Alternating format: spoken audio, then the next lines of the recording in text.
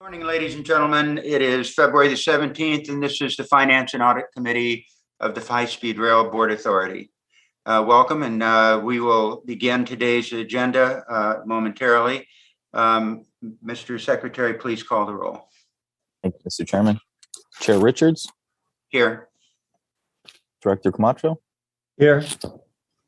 Vice Chair Miller. Here. Director Gilmetti. Present. Mr. Chairman, all members of the Finance and Audit Committee are present. Thank you, Mo. And with that, ladies and gentlemen, welcome again. And we'll now ask the Secretary to let you know how the instructions for addressing the committee today. Mo, please. Thank you, Mr. Chairman. Good morning, all. Welcome to the California High Speed Rail Finance and Audit Committee meeting. Today, we are hosting this meeting remotely via Zoom.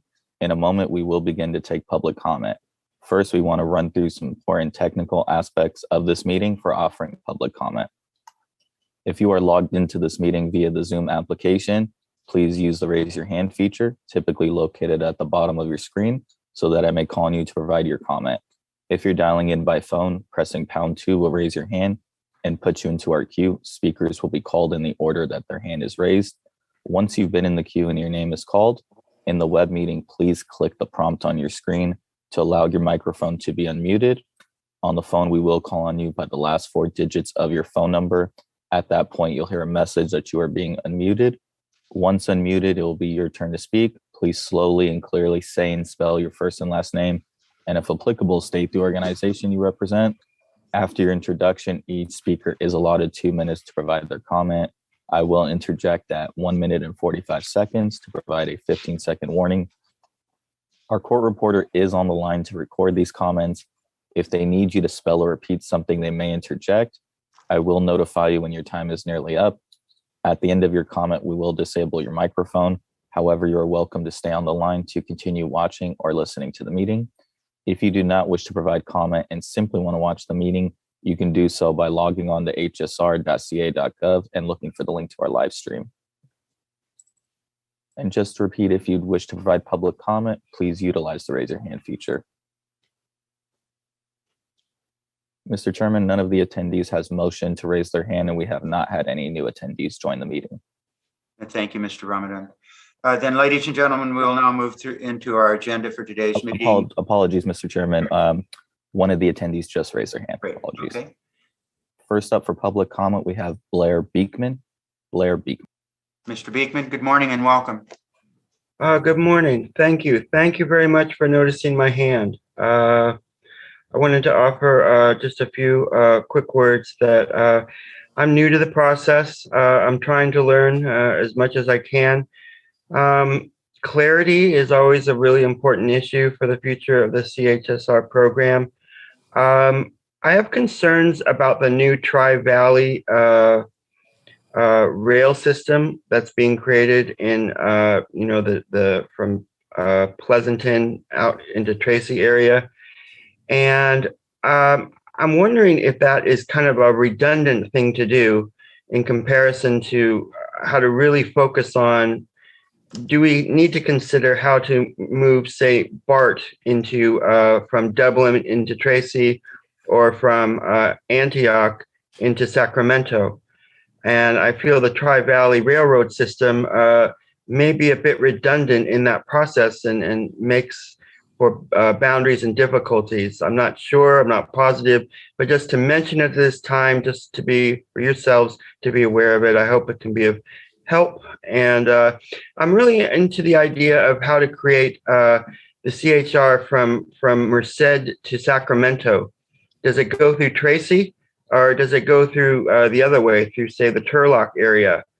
I really feel that, focusing on some of the initial intentions of the CHR to go from LA to Sacramento should be a really important focus, and in fact, bring us an easier focus for the future of the system in comparison to always thinking about Merced to San Jose. I think going from 15 seconds remaining. Thank you. Going from Merced to Sacramento, there's a lot less purchasing of land that's a lot less difficult than to San Jose. So thank you for your time today.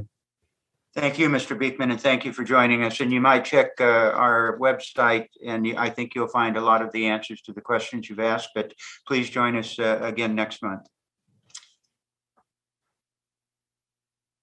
If you wish to provide public comment, please utilize the raise your hand feature, typically located at the bottom of your screen.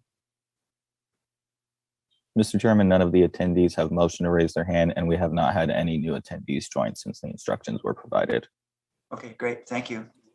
That will move us now into our agenda. Item number 1 this morning, colleagues, is the approval of our January 19th minutes. If there are no changes, can we have a motion for approval? Move approval. Second. Second, we have a motion and second, and that was from Director Gilmatti and Vice Chair Miller in that order. All in favor? Aye. We have one aye, I know. Did I miss anybody? Aye. Okay, great. Okay. Passed unanimously. Thank you. Item number 2, my comments. I have no comments this morning. If any member of the committee has anything you might like to say, please feel free. All right, we'll move on to our agenda item number 3, which is the executive summary, and we have our Chief Financial Officer, Brian Ennis, on board. Good morning, Brian. Good morning, Mr. Chair and board members. I'm presenting the financial reports executive summary. We start with the top of the slide that's on the screen now, the accounts payable, aging, and disputes report. We're continue to have a good record. We have not paid a late payment penalty in over 4 years. We're at 59 months through December. We did not have any aged invoices in December either. In terms of disputes, those were up quite a bit. Total disputes at the end of December were $96.6 million. As we've seen over the last year, most of these disputes have to do with a single contractor, Dragados Flatiron, and like before, they've submitted some invoiced activities that are would be based on proposed change orders or change orders that are not executed yet. And in those cases, as we have done in the past, we have disputed those and do not pay those until such time as there's an agreed to change order. At the bottom of the report, moving on to cash management and cash balances. The table reflects our Prop 1A bond balance at the end of December was about $50 million, down about $23 million. And the drawdowns of that currently are primarily the bookend projects, and Caltrain is the primary project that's currently invoicing us for that work. And our state administration also comes out of that category. The next fund we look at for cash balance is cap and trade. Here you'll notice month over month it's up. It's up to about $1.7 billion at the end of December. That is due to the August cap and trade proceeds being posted. It does tend to take a few months for those auctions to formally be credited to our account through the various control agencies that have to work through those administrative actions. But the August cap and trade revenues to the authority were $252 million, and the increase here in the fund balance is due to that August auction. Still to post is the November cap and trade auction, where the authority is expected to receive a record amount of $323 million, and we expect that'll post in the coming months. Finally, just on the cap and trade side, I wanted to mention the February auction occurred yesterday. It always takes about a week for results to come out, and results are scheduled to come out next Thursday at noon. So I will alert the board when we do get the results from the February cap and trade auction. To set expectations a bit, I'll mention that the last 3 auctions were higher in part because they included resale of allowances unsold due to COVID in 2020. Those unsold allowances were fully sold in the last 3 auctions. So the total number of allowances offered for sale in the February auction will be lower than what was seen the prior few months. So the other factor, of course, is the settlement price at the auctions. And the expectation is that that'll continue to be at a higher level by historical standards. So we should, I believe, likely see again, above average cap and trade auction for the authority. But again, likely less than what we saw in November. But again, I will report that. If I may, Brian, there was an article out, I think yesterday. I can't remember what the source was, but it was one of the news sources. With apparently, it appeared that a number of the buyers of the cap and trade credits have really been stockpiling them for future use. Is there any? I assume we haven't heard anything, but is there any expectation that may have an impact on demand for credits as we go forward? Yeah, buyers do have to register for the auction. So there is information on who is registered to be part of the market. And I believe, especially in the August auction, there was a higher percentage of new entrants, and also, I believe, entrants that were non-polluters, non-covered entities. So there has been, as you suggest, some, I guess one might say, market speculation, or other, investors perhaps, or other entities entering the cap and trade market, perhaps to purchase allowances they might resell at a future date. Mm-hmm. We'll just have to see how that evolves over time. But I will mention that another entity that has analyzed the market a bit is the state's Legislative Analyst Office, which advises the legislature.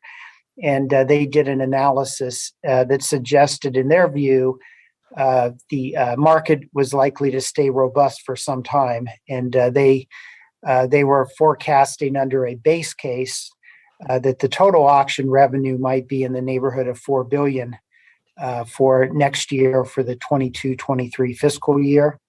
So obviously, well, it's a market, and we'll just have to see how it evolves. But I think the current market expectation and the LAO's expectation is we'll likely see these higher allowance settlement prices and higher overall revenue for some time to come. Great, thank you. A quick question, Tom. Sure. For Brian. Brian, you're under dispute summary. You have we have an increase of about 50 million, difference between last month, the month prior to this reporting, which would be back to November. Is that 50.2 million just for that month, or is it a cumulative number for that we're in dispute? The 50.2 million is a month-over-month increase. Okay. Do we have an idea? Do we have any idea what we're looking at in terms of pending? Obviously these are change orders of some sort. Do we have any idea what the cumulative amount is? And if not, could you perhaps get it to us for next month? Yeah, and I can mention on this one again, this is mostly under the a single contractor, Dragados Flatirons, as mentioned there. So again, these are various claims that it's not the totality of what is proposed, but these are the ones that I presume the contractor feels are ready for payment, in terms of perhaps that perform some work at risk, or they're proposing different compensation through these change orders, again, that they would think payments due now versus other change orders where it may be a change of scope due to design and other things that are still pending, and work would be done in the future. Sure. So that's the nature of the disputes. Again, it's a subset based on the what the contractor believes that they've already incurred some cost for. I realize that we're going to negotiate that, and hopefully we'll be able to mitigate some of that downward. But just to get an idea maybe of what we have pending and unresolved yet, this is a month to month, but as we go along, each month is going to be adding up to more and more dollars, so that we can anticipate what we might be faced with in 6 months from now or something from past disputes. Yeah, I'll certainly look into that and follow up with you. Thank you. If I could maybe go to the next slide, I believe we've finished that one. So this slide is our administrative budget and expenditure report. This is where we detail our state operations expenditures. And for the month of December, you'll note expenditures of $5 million. We also show here our vacancy rate. We do have 292 filled state staff positions through December. You'll note the vacancies as of December, 137.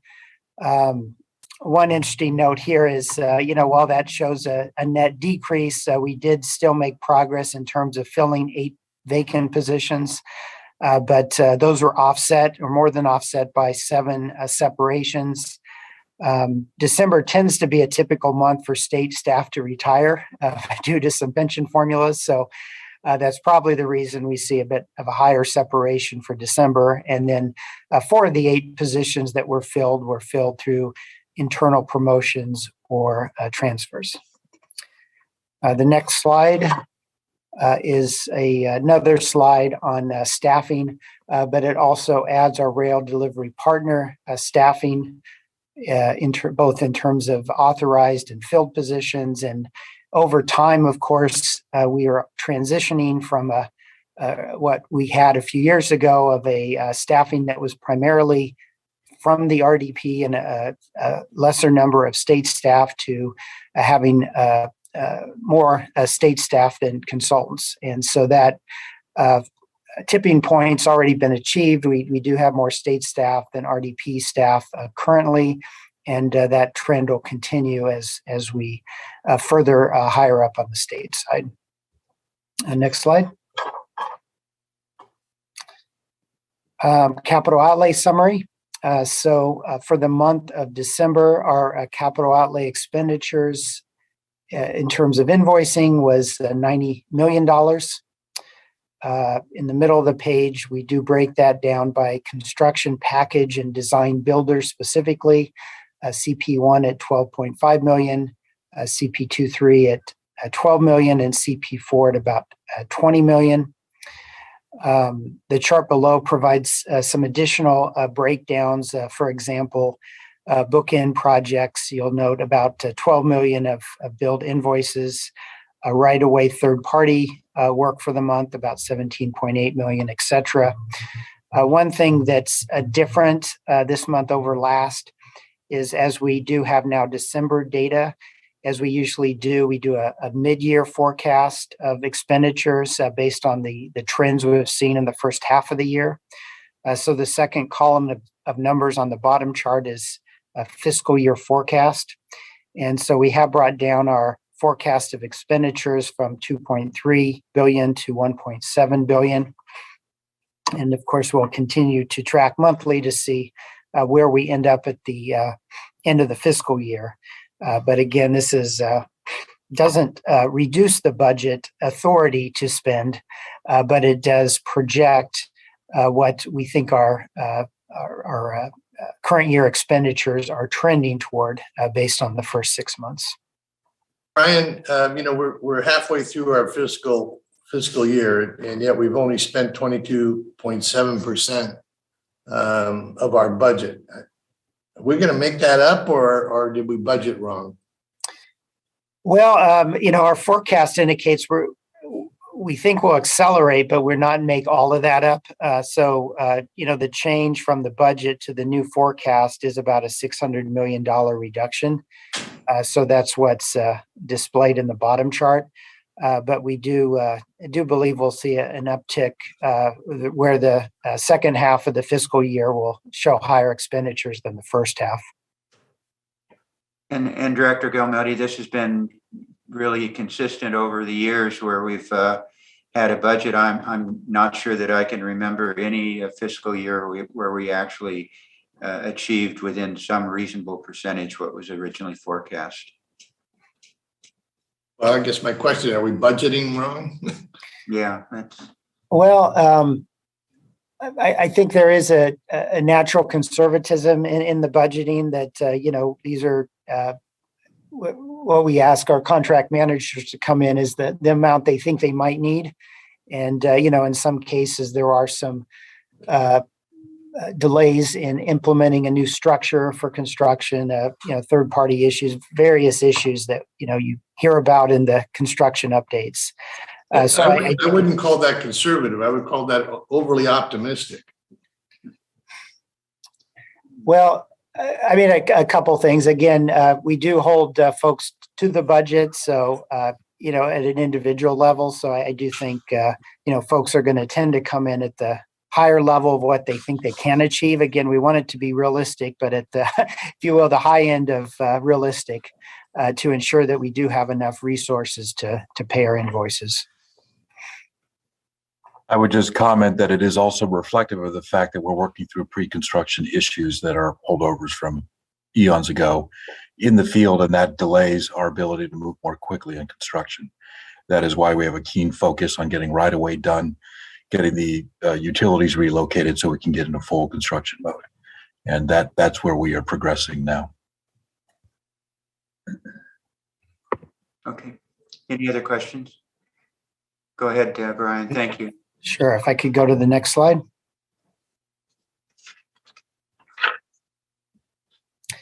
So this slide shows our cumulative expenditures since July of 2006.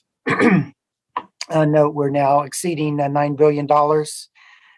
At our full board hearing, you'll hear a report on our economic impact that this $9 billion has provided in terms of jobs and economic impact, especially in the Central Valley.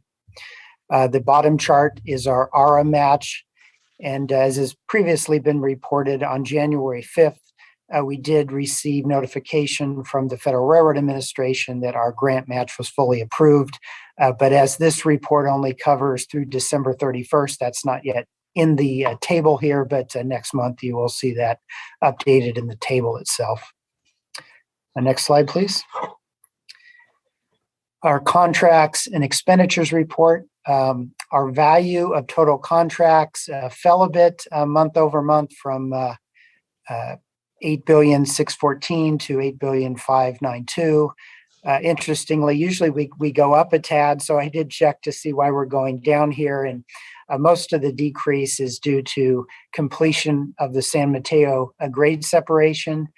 You may have heard there was an opening ceremony for that project a few months ago. And as that project is now complete, that's considered a closed contract. So that has been taken off the value of current contracts. We also report here our small business utilization rate, which is at 23.5% in December, and certainly a notable year-over-year increase. Last year, December 21, it was 21.1%. So again, that has been trending up over the last year. And the bottom bullet here provides the number of small businesses currently working on the project at 653. We seem to, there we go. I believe we're working our way back to the PowerPoint.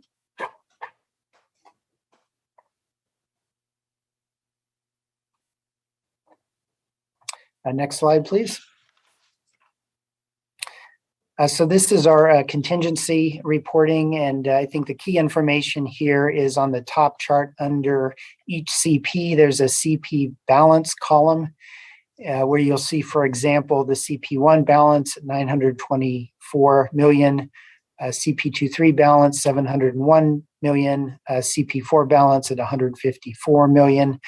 In the table at the bottom right, we do list the individual uses of contingency that exceed 25 million for the month. And for December, there was only one, the Belmont Avenue final design getting placed into the contract. And that was briefed at the January CEO briefing of change orders. So that is reflected here at the 39 million level. And then the remaining change orders were a smaller size, summing to 5 million total. And those are detailed in more in the Central Valley status report detail. Each of those smaller change orders is listed.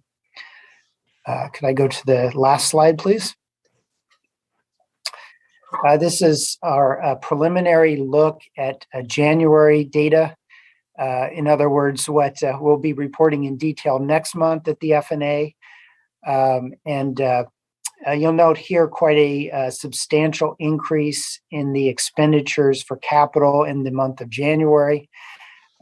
We'll have more on this next month, of course, but just to give you an idea of some of the major drivers here in CP23, there was a very large series of right-of-way purchases. These were for the Alpa Irrigation District. I understand there were 18 parcels. And so for 2-3 alone, right-of-way contributed about 30 million to total expenditures.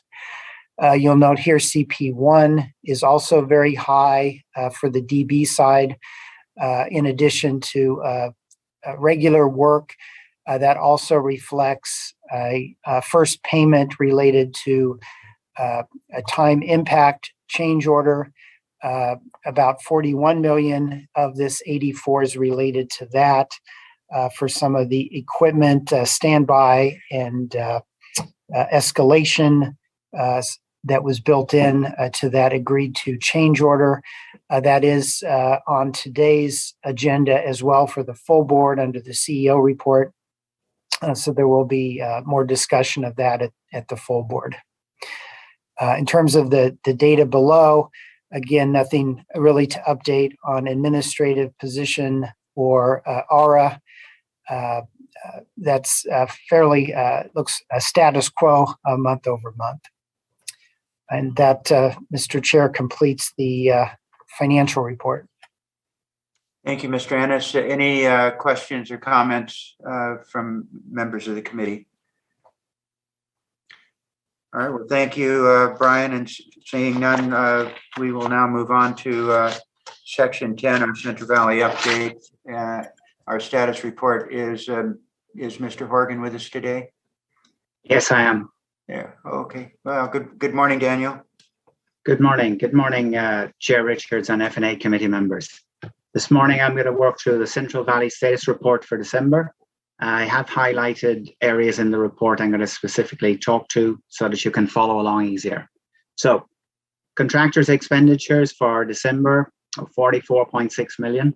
That was made up of CP1, 12.5 million. CP23 was 12 million. And CP4 was 20.1 million. There were 14 change orders issued in December, totaling 54.9 million. The biggest change order was for time and materials for the Hanford Viaduct, which was previously notified to the full board. In terms of risk contingency, as of the end of December, we have a risk contingency available of 1.775 billion. In terms of structures, completion of structures in terms of design completion, we still have 2 parcels, 2 packages of design that are undergoing final review. These are for the sweeper package, which was added late to the contract, and the other one is for the 2.5 miles of guideway that was originally in the SR99 contract. Both will be complete by Q2.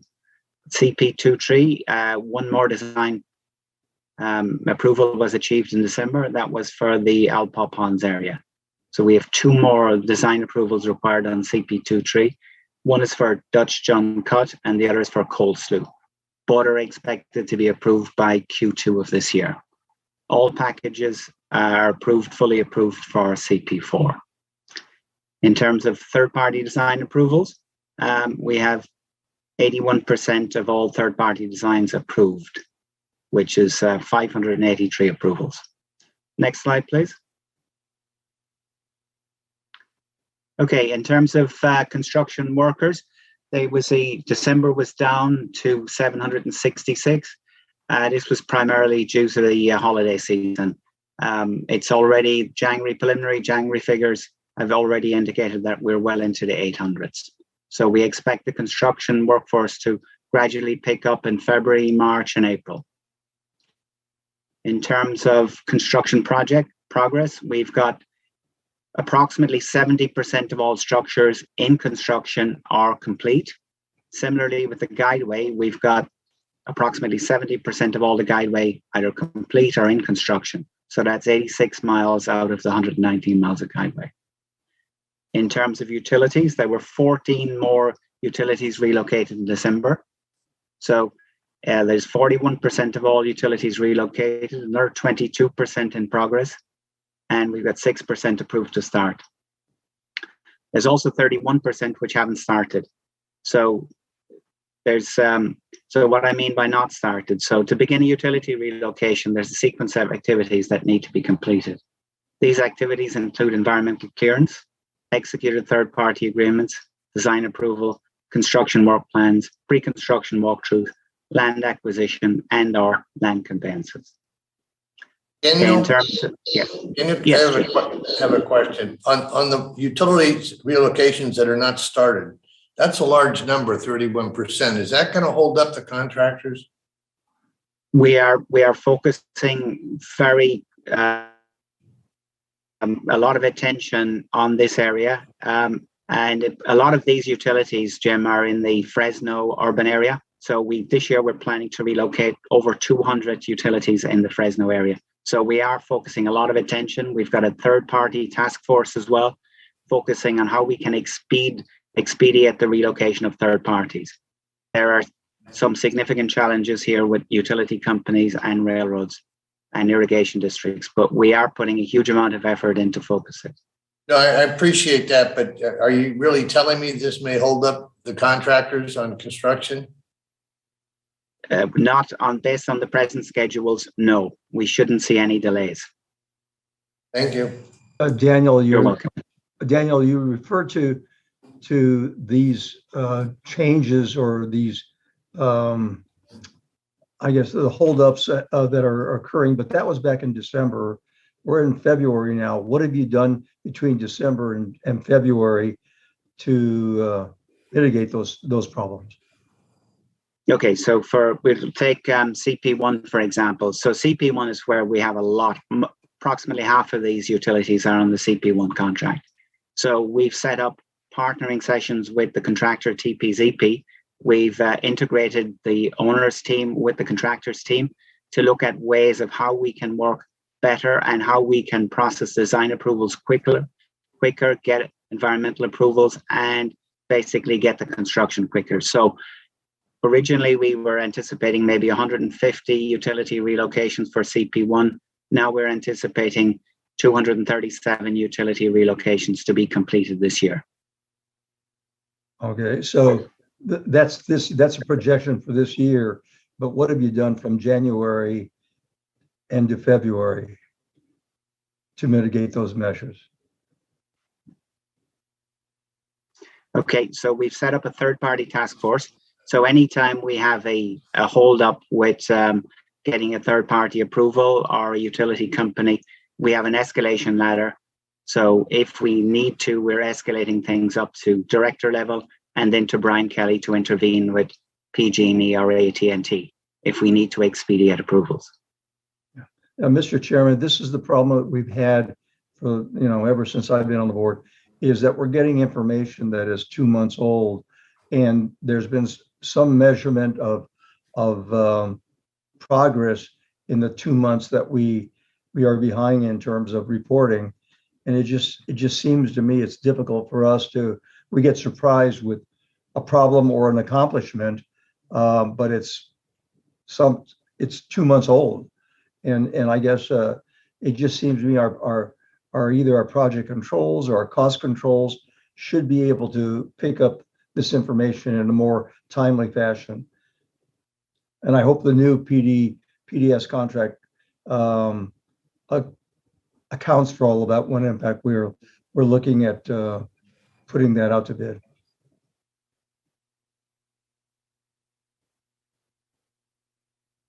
Can I just follow up on that a little bit too, which is, I think the right of way in the urban area, I think that's a significant issue, I think you said. Is that correct, Daniel? Fresno? Yes, absolutely. It's just the quantity of utilities to be relocated. Okay, it's not something more like you don't have a place to put them, or is it? Sometimes it is, but most of the time it's just the sheer quantity and getting the agreements with the utility companies. And sometimes you need a tripartite agreement if you're working close to a railroad as well. Right. Okay. And I just, because I agree with Ernie, and I know that Jim is, we've talked about, this is kind of our issue, right? This right of way is holding us up, and you've said it, and we know it, and all of that. So it's just, we're very interested in anything we can do or how this process can be accelerated. I mean, if we need additional resource, whatever, because we do know that this will hold us up, these kinds of issues, right? Can I comment on this, Mr. Chairman? Yes, please. So there's two distinct issues here that are worth commenting on. The first is, I want to talk about right-of-way for a minute. Right-of-way has been a problem since well before I got here. Candidly, when I arrived here, we didn't even know what the right-of-way needs were. We now know we need roughly 2,300 parcels. We have changed the management of our right-of-way team, and we've changed the way we manage that entire division and issue. For the first time in the program's history, in February, we reached the 90% milestone of right-of-way in hand, delivered to the developers. We have a full schedule, which I think you'll get to in this presentation, on when our right-of-way will be fully completed. I directed our team to reset that schedule earlier this year because, candidly, I got tired of coming to the F&A committee and seeing we were behind schedule. And so we reset that schedule to have a more realistic and conservative and achievable schedule on right-of-way. The good news is, since our reset schedule has been put into place, we had estimated we had reached 90% of all the right-of-way we need delivered by July of this year and 95% by the end of this year. We've reached the 90% threshold now.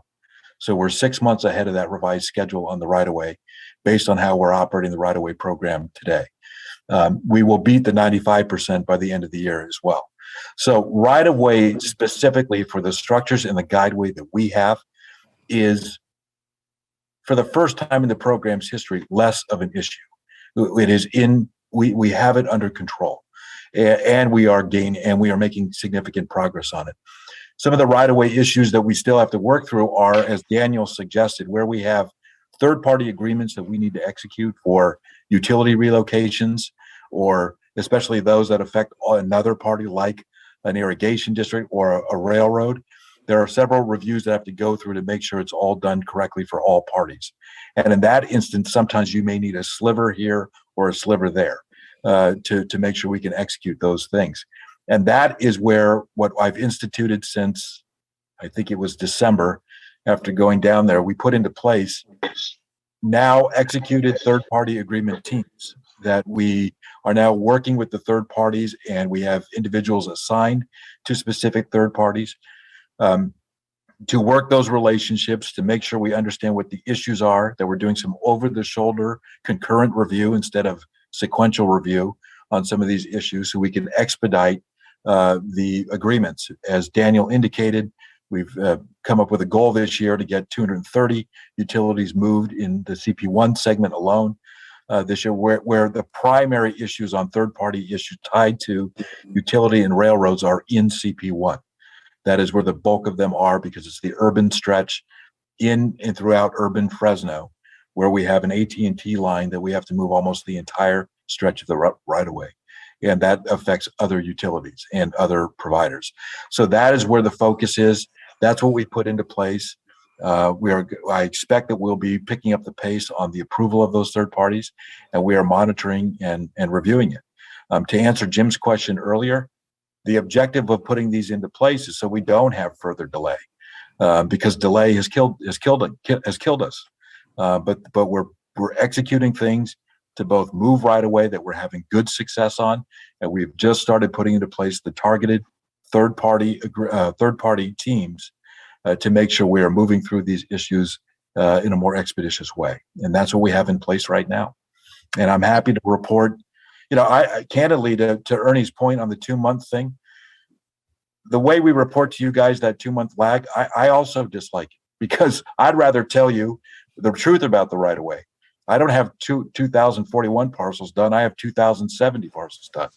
And I know that today, but I can't report it to you yet because we're in this 2-month arrears on how we report to you guys. And so, we've addressed some of that by doing the flash report with a look ahead. And again, I'm happy to come back to this board every month and give updates on where we are on third-party agreements. I think it's very important that we all understand those have to move for us to keep a schedule at all. And that's a key issue. And it's what our primary focus is on CP1 right now. So I just Brian, I think that Dennis has done a great job on right away. My concern is, have we added more manpower to the utility relocations and the parcels that we need from the railroad? And those are the ones that seem to be lagging behind. Yeah, I mean, what I've done is focus the teams on, we have a specific team that works with the railroad specifically under Frank Vaca's leadership. We have somebody who helps with that. That person is assigned to the issues with the freight railroads in the corridor, specifically on CP1. What I'm making sure is that the teams are tracking each month what they need on the third-party agreements, that the communication is happening to our liaison with the UP, and that we are minimizing what I would call chronological or subsequent reviews, and instead doing more concurrent over-the-shoulder reviews so that we can expedite the elements of what everybody needs, and we're getting decisions made in a more timely way. And so that's what we're working to put into place. We're evaluating manpower all the time, and we are assigning and bulking up the oversight team in all of the CPs right now. And again, I think we ought to figure out, candidly, how we can report to this body routinely on where we are on the third party issue. So I'm for that. I think that is a good suggestion. I'll work with the team on how we do that, because you guys do need to see those things advancing. We all do. And if they're not, we got to figure out mitigation measures that I haven't yet implemented. Thank you, Brian. And Thank you. So what I do there, I was going to get back to Ernie's comment also. We did this, and we've got this look ahead that we ask Brian Ennis to implement maybe a year ago or however long it's been.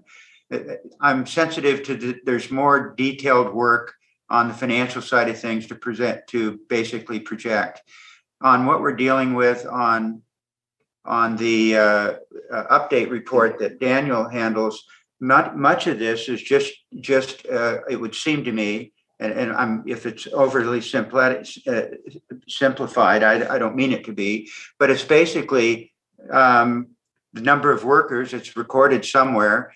I don't think we need to wait a whole month for things that I think calling the members in the team or the leadership out on the team in the field, how many miles of right-of-way, guideway, et cetera. I think that we can either do a look ahead the same way that we've done on Brian Annis's report, or we can actually put numbers. I don't care if the numbers are not 2 months old. In fact, I would encourage them not to be, at least on the Central Valley update.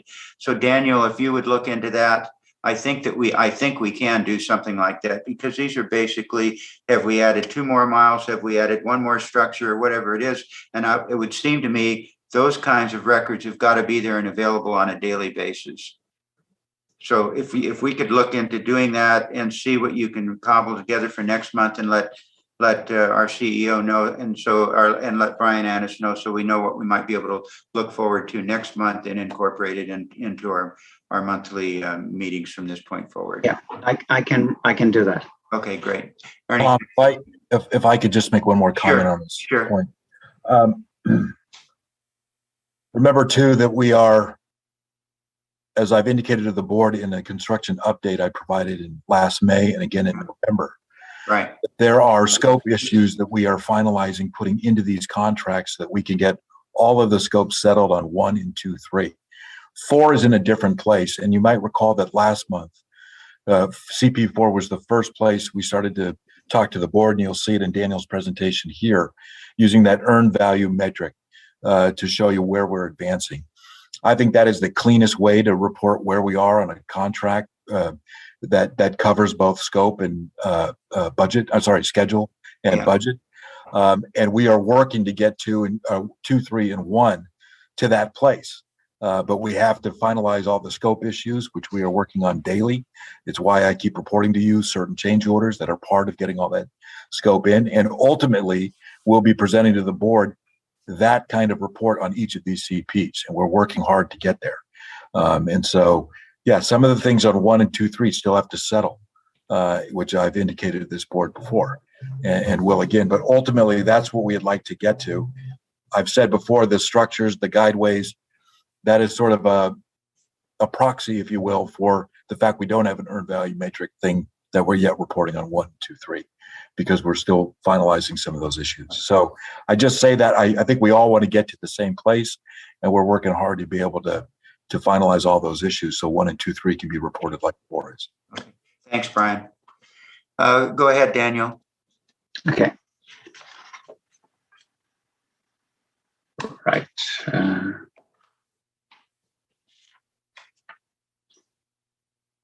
Okay, so real property. Again, it was a very good month in terms of handing over land parcels to the design build contractors. There were 30 parcels handed over in December. So very good progress by Dennis Kim and the Rightofway team. Next slide, please.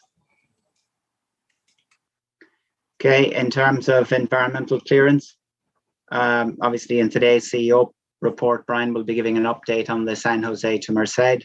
The final EIS will be issued very soon, and it's coming to the board in April for approval.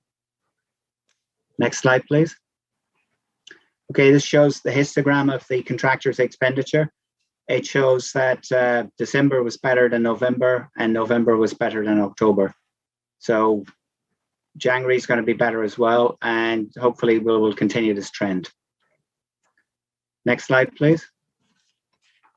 Okay, this shows the contingency drawdown. We're projecting a contingency, remaining contingency by the end of March of 1.5 billion approximately. Next slide, please. Okay, this shows the progress of the third-party design approvals. There was 1 third-party design approved in the month of December. Next slide, please. Okay, this shows the graph of construction labor. The preliminary figure for January is just over 800, I think 802. So February's already moving up to 850. Next slide, please. Okay, this just shows the planned projection of opening up structures in Guideway, and we will revise this probably in the coming months as well. We are looking at ways of opening up structures earlier. So we believe especially on the CP1 contract, we can open up 1 or 2 structures ahead of this schedule. And similarly with Guideway, we're looking at opportunities to advance more Guideway, in particular on the CP23 contract. Next slide, please. Okay, this shows the production of land acquisition parcels. So a lot of 30s here. Last month was 12, this month is 30. And January is going to be a good month as well. So as Brian said, land acquisition is not becoming an issue. It is becoming one of the solutions. Daniel. Yes. Sorry, before you leave that slide, I want to indicate to the members one thing. You see, this is the revised right-of-way schedule that we put into place that shows our estimate to be at 90% at the end of July and to be at 95% in December. And what I want to just indicate to the board is, as of the first week of February, we hit the 90% acquired and delivered to the design build contractor. And so we're about 5 or 6 months ahead of this schedule right now. And I expect we're going to maintain that pace throughout the remainder of this year. Thanks, Brian. Okay, next slide, please. Okay, this shows the acquisition of the railroad parcels. There was none required in December. These parcels have been delivered as and when we require. So we do not anticipate any delay from acquiring railroad parcels. Next slide, please. Okay, this shows the histogram of land conveyances. We have, for certain utility companies such as PG&E, SCE, FID, and FMFCD, we need to complete land conveyances prior to doing the utility cutover. So in the month of December, we completed 8 further land conveyance packages. So now we've completed in total 626. So 334 left to go. Of these 334, approximately 200 are at 90% complete. They're just waiting for the land acquisition to be finalized. Next slide, please. Okay, this is the earned value.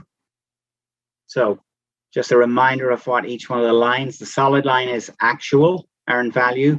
The dotted red line is the early dates. The dotted yellow line is the late dates. And the dotted line in the middle is our forecast. So you can see the actual in December was spot on with the forecast. So the planned value was 80%. The earned value was 80%. So we got a scheduled performance indicator of 1. This is very, very good. And as long as we keep above the dotted yellow line, we will finish this job to schedule. Next slide, please. Okay, this is the cost trend curve.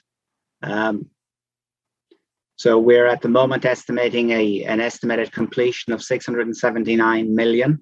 The actual cost as of the end of December was 518 million.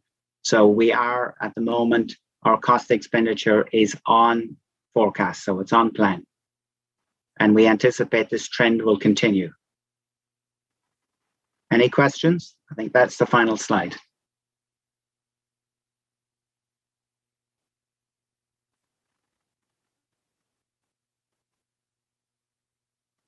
None from me. Thank you. Okay, thank you. I'm sorry, I was just muted. Thank you, Daniel. I see no questions. Thanks for the report and for you're working on seeing what we can do to get more current information for next month. Great.